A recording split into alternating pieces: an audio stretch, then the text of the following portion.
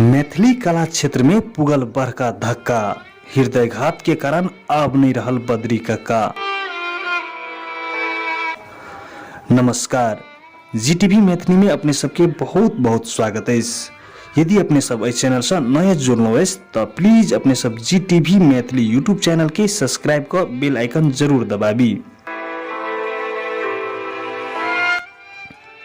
जी हाँ, बहुत दुख के साथ अपने सबके सूचित कर रहल छी जे मैथिली सिनेमा के चर्चित कलाकार बद्री राउत जी के 60 वर्ष की उम्र में हृदयघात से निधन भेलै।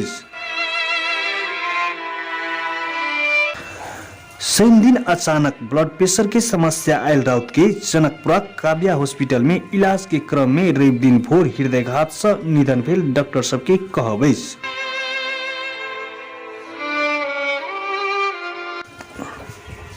चार गो बेटी एगो बेटा के पिता रहल बायोवृद्ध अभिनेता राउत कलाकारी से गुजारा नहीं संभव रहलाक बाद पिरारी चौक पर नाश्ता के दुकान सेहो संचालन करैत आयल छल।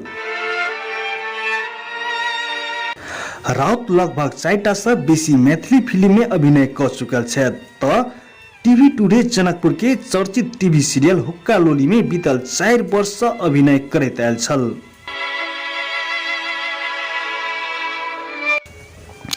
विभिन्न टीवी सीरियल में अभिनय कैने होइ तो राउत के केवल दर्शक सबसे मात्र सम्मान पौलक, न कि कोनो संस्था से कोनो पुरस्कार।